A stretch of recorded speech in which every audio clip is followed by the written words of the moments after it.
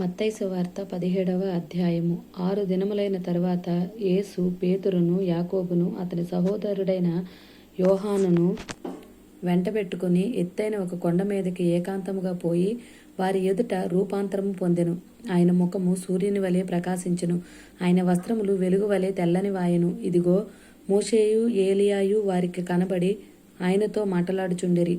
అప్పుడు పేతురు, ప్రభువా, మనమిక్కడ ఉండుట మంచిది. నీకు ఇష్టమైతే ఇక్కడ నీకు ఒకటియు, మోషేకు ఒకటియు, ఏలియాకు ఒకటియు 3 పర్ణశాలలు కట్టుదునని యేసుతో చెప్పెను. అతడు ఇంకనూ మాట్లాడుచుండగా ఇదిగో, ప్రకాశమానమైన ఒక మేఘము వారిని కమ్ముకొనెను. ఇదిగో, ఈయన నా ప్రియకుమారుడు, ఈయన యందు నేను ఆనందించుచున్నాను, ఈయన మాట వినుడని ఒక శబ్దము ఆ మేఘములో నుండి పుట్టెను. శిష్యులు ఈ మాట విని బోర్లపడి మిక్కిలి భయపడగా యేసు వారి యొద్దకు వచ్చి వారిని ముట్టి, లెండి, భయపడకుడని చెప్పెను.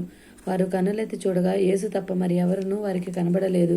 వారు కొండ దిగి వచ్చుచుండగా, మనుష్య కుమారుడు మృతుల్లో నుండి లేచు వరకు ఈ దర్శనం మీరు ఎవరికితోనూ చెప్పకూడదని యేసు వారికి ఆజ్ఞాపించెను. అప్పుడు ఆయన శిష్యులు, ఇలాగైతే ఏలియా ముందుగా రావాలని శాస్త్రులు ఎందుకు చెప్పుచున్నారని ఆయన్ని అడిగిరి. అందుకైన, ఏలియా వచ్చి సమస్తమును చక్కపెట్టునన్నమాట నిజమే. అయినను ఏలియా ఇదివరకే వచ్చెను. వారతన్ని ఎరుగక తమకిష్టం వచ్చినట్లు అతని ఎడల చేసిరి. మనుష్య కుమారుడు కూడా అలాగే వారి చేత శ్రమలు పొందబోచున్నాడని మీతో చెప్పుచున్నానన్ను. అప్పుడు ఆయన బాప్తీసమిచ్చు యోహాను గూర్చి తమతో చెప్పినని శిష్యులు గ్రహించిరి.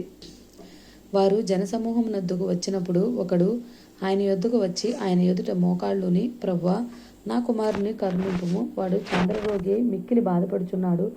ఏలయనగా అగ్నిలోను నీళ్లలోనూ తరచుగా పడుచున్నారు. నీ శిష్యుల యొద్దకు వారిని తీసుకుని వచ్చితని గాని వారు వానిని స్వస్థపరచలేకపోయిరని చెప్పెను. అందుకు యేసు, విశ్వాసము లేని మూర్ఖతరం వారలారా, మీతో నేనెంత కాలము ఉందును, ఎంతవరకు మిమ్మను సహింతును, వానిని నా యొద్దకు తీసుకుని రండి అని చెప్పెను. అంతటా యేసు ఆ దయ్యమును గద్దింపగా అది వానిని వదిలి పోయెను. ఆ గడియ నుండి ఆ చిన్నవాడు స్వస్థత నొందెను. తరువాత శిష్యులు ఏకాంతముగా యేసునొద్దకు వచ్చి, మేమెందుచేత దానిని వెళ్ళగొట్టలేకపోతిమి అని అడిగిరి. అందుకైన, మీ అల్ప విశ్వాసము చేతనే మీకు ఆవగింజంత విశ్వాసం ఉండిన ఎడల ఈ కొండను చూచి ఇక్కడ నుండి అక్కడికి పొమ్మనగానే అది పోవును. మీకు అసాధ్యమైనది ఏదియూ ఉండదని నిశ్చయముగా మీతో చెప్పుచున్నానని వారితో అనెను.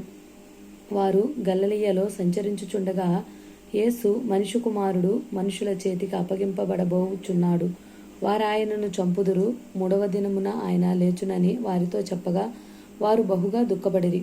వారు కపెర్నహూమునకు వచ్చినప్పుడు 1/2 షెకేలు అను పన్ను వసూలు చేయువారు పేతురునొద్దకు వచ్చి, మీరు బోధకుడు ఈ 1/2 షెకేలు చెల్లింపడా అని అడుగగా చెల్లించుననెను. అతడు ఇంటిలోనికి వచ్చి మాటలాడక మునిపే యేసు ఆ సంగతి ఎత్తి, సీమోనా, నీకేమి తోచుచున్నది? భూరాజులు సుంకమును పన్నును ఎవరి యొద్ద వసూలు చేయుదురు? కుమారుల యొద్దనా, అన్యుల యొద్దనా అని అడిగెను. అతడు అన్యుల యొద్దనే అని చెప్పగా యేసు, అలాగైతే కుమారులు స్వతంత్రులే, అయినను మనము వారికి అభ్యంతరము కలుగ చేయకుండానట్లు నీవు సముద్రమునకు పోయి గాలము వేసి మొదట పైకి వచ్చు చేపను పట్టుకొని దాని నోరు తెరచిన ఎడల 1 షెకేలు దొరుకును. దాన్ని తీసుకొని నా కొరకును నీ కొరకును వారికిమ్మని అతనితో చెప్పెను. ఆమేన్.